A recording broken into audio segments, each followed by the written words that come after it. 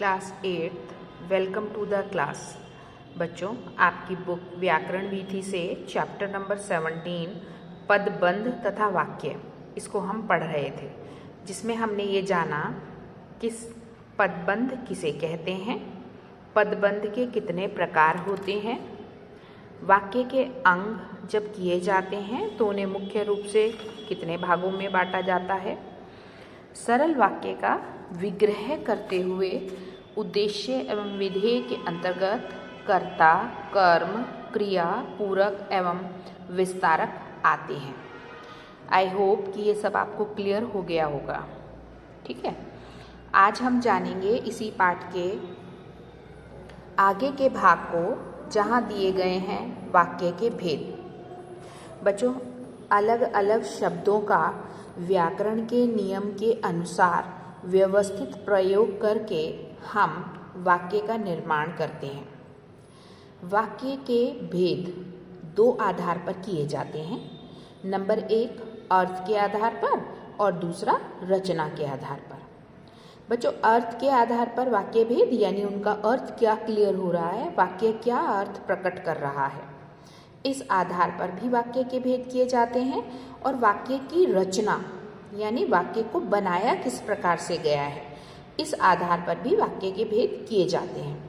पहले हम जानेंगे अर्थ के आधार पर वाक्य के कितने भेद हैं। तो बच्चों, अर्थ के आधार पर वाक्य के 8 भेद हैं।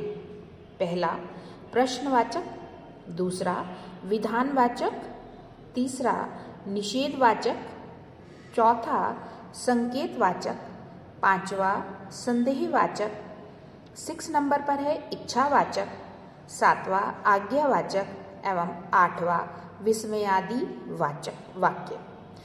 अब हम इनको अलग अलग जानेंगे। पहला है प्रश्नवाचक वाक्य। बच्चों, जैसा कि इसके नाम से ही स्पष्ट है कि जिन वाक्यों के द्वारा किसी प्रकार का प्रश्न पूछा जाए, है ना, प्रश्न पूछा जाए, उसे क्या कहते हैं, प्रश्नवाचक वाक्य। उदाहरण देखेंगे।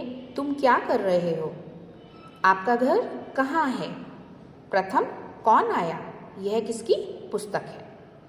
अर्थात प्रश्न, और साथ में प्रश्न के अंत में यानी वाक्य के अंत में प्रश्नवाचक चिन्ह का प्रयोग होता है। दूसरा है विधानवाचक वाक्य। जिन वाक्यों में क्रिया के करने या होने का सामान्य कथन हो, उन्हें विधानवाचक वाक्य कहा जाता है। जैसे हवा चल रही है, रेल आ गई, बच्चे खेल रहे हैं, सब खाना खा रहे हैं। तो यहाँ पर क्रिया के होने का हमको अर्थ बोधित होता है। तो ये कैसे वाक्य हैं, विधानवाचक। नेक्स्ट है निषेधवाचक वाक्य। जिन वाक्यों में क्रिया के न होने या न करने का बोध रहता है, मतलब नहीं, नकारात्मक सेंस आती है, उन्हें क्या कहते हैं बच्चों, निषेधवाचक वाक्य। उदाहरण है, वह आम नहीं खाती है, मैंने रमा को साड़ी नहीं दी, लड़का आज नहीं पढ़ रहा, आप सब शोर मत मचाना। तो ये वाक्य कहाँ जाएंगे, निषेधवाचक वाक्यों में, क्योंकि इनकी सेंस नकारात्मक आ रही है। नेक्स्ट 4th है संकेतवाचक वाक्य। जिन वाक्यों में एक बात या काम का होना दूसरी बात या काम पर निर्भर करता हो, उन्हें संकेतवाचक वाक्य कहते हैं। जैसे तुम पढ़ते तो अवश्य पास होते, बारिश होती तो बीज फूट आते, तेज धूप होती तो मैं छाता लाती, सुबह होगी तो सूरज दिखाई देगा। बच्चों, इन सब वाक्यों में पहले एक बात या एक काम या एक कंडीशन गिवन है, उसके होने पर दूसरा काम निर्भर करता है। जैसे अगर आपने पढ़ा होता तो आप अवश्य पास हो जाते, ऐसी बारिश होती तो जमीन में डाले गए बीज अंकुरित हो जाते। तो इनको कहते हैं हम संकेतवाचक वाक्य। नेक्स्ट है संदेहवाचक वाक्य। जिन वाक्यों में संदेह या संभावना का बोध होता है, उन्हें क्या कहते हैं बच्चों, संदेहवाचक वाक्य।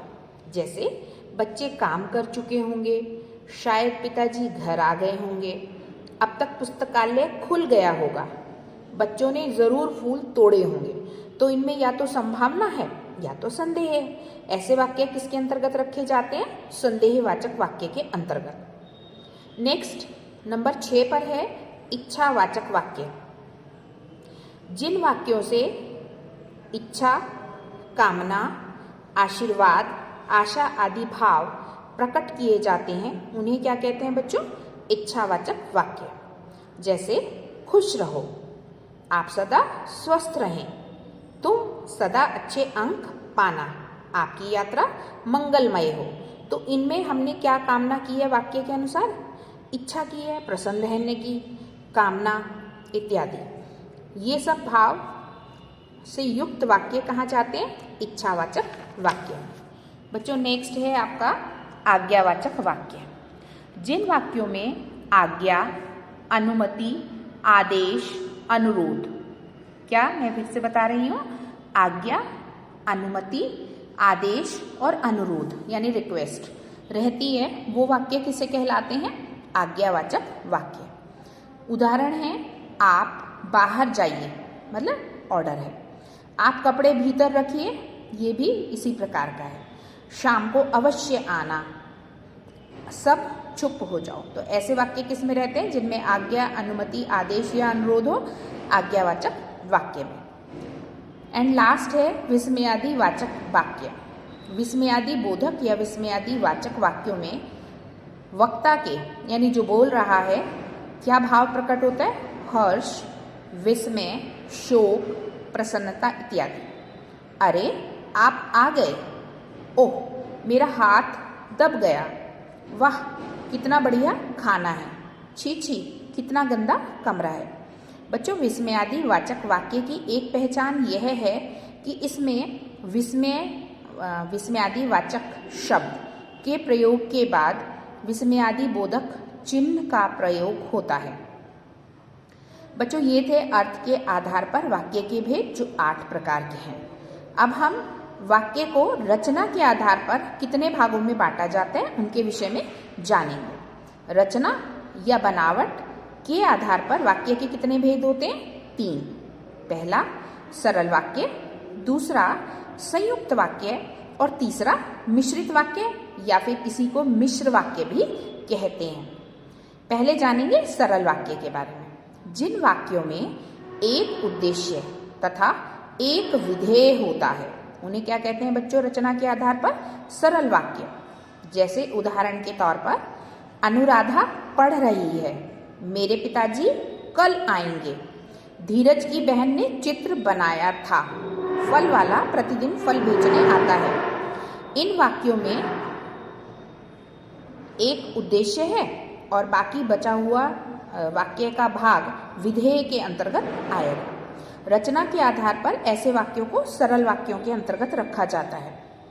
दूसरे प्रकार के वाक्य रचना के आधार पर होते हैं संयुक्त वाक्य। जिस वाक्य में 2 या 2 से अधिक वाक्य किसी समुच्चय बोधक द्वारा जुड़े हों तथा उपवाक्य एक दूसरे पर आश्रित ना हो उन्हें क्या कहते हैं? संयुक्त वाक्य। संयुक्त वाक्य में आए हुए उपवाक्य कैसे होते हैं? सरल वाक्यों की तरह भी प्रयोग किए जा सकते हैं। ये वाक्य के अंतर्गत प्रयोग किए गए जो समुच्चय बोधक हैं बच्चों उसको हम समानाधिकरण समुच्चय बोधक कहते हैं। उदाहरण, कबूतर उड़ रहे हैं तथा मोर नाच रहे हैं। सीमा सारा दिन पढ़ती है और वह शाम को खेलती है। इन दोनों वाक्यों में जब आप वाक्यों को देखते हैं तो जब हम अगर इसमें से तथा शब्द को हटा दें तो बचे हुए वाक्य जिसको कि उपवाक्य के अंतर्गत रखेंगे, कबूतर उड़ रहे हैं, मोर नाच रहे हैं, इनको हम सरल वाक्य की तरह भी प्रयोग कर सकते हैं। ठीक इसी प्रकार से दूसरे वाक्य में सीमा सारा दिन पढ़ती है, वह शाम को खेलती है। इन दोनों वाक्यों को भी हम सरल वाक्य की तरह प्रयोग कर सकते हैं।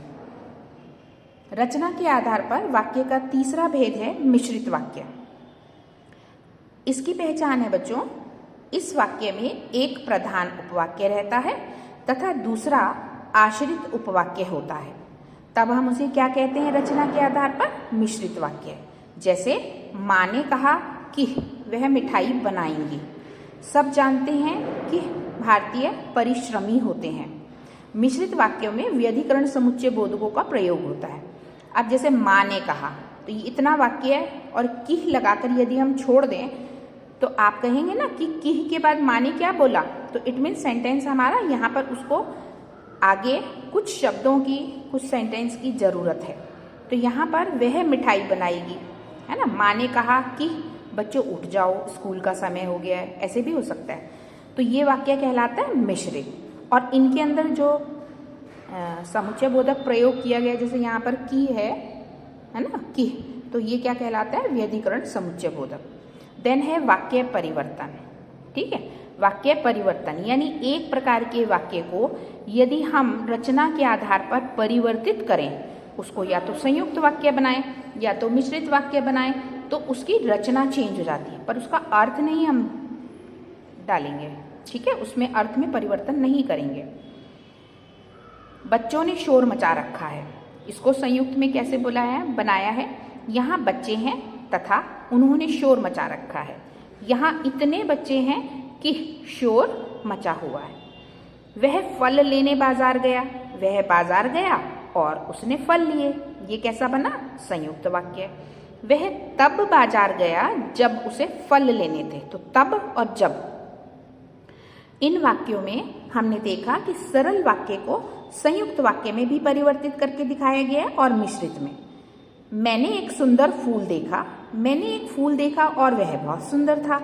मैंने वो फूल देखा जो बहुत सुंदर था। ठीक है ना। तो ये बात को कहने का तरीका है, यानी वाक्य परिवर्तन में हम वाक्य की रचना को बदल देते हैं, लेकिन अर्थ वही प्रेषित होता है। घड़ा गिरकर टूट गया, घड़ा गिरा एवं टूट गया। जैसे ही घड़ा गिरा कि टूट गया, इसको हम ऐसे भी बोल सकते हैं, जैसे ही घड़ा गिरा वैसे ही घड़ा टूट गया। तो दोनों में ही ये मिश्रित वाक्य में जाएगा। तो बच्चों, वाक्य परिवर्तन में हम एक सरल वाक्य को संयुक्त वाक्य में अथवा मिश्रित वाक्य में परिवर्तित करते हैं, जिससे रचना के आधार पर वाक्य का स्थान बदल जाता है। बच्चों, ये हमारा चैप्टर नंबर 17 व्याकरण विधि से कंप्लीट हो गया है। आपको आई होप कि क्लियर हो गया होगा, लेकिन फिर भी अगर कोई प्रॉब्लम हो तो आप जूम क्लास में कर सकते हैं इसको। ठीक है बच्चों, okay, till then good bye.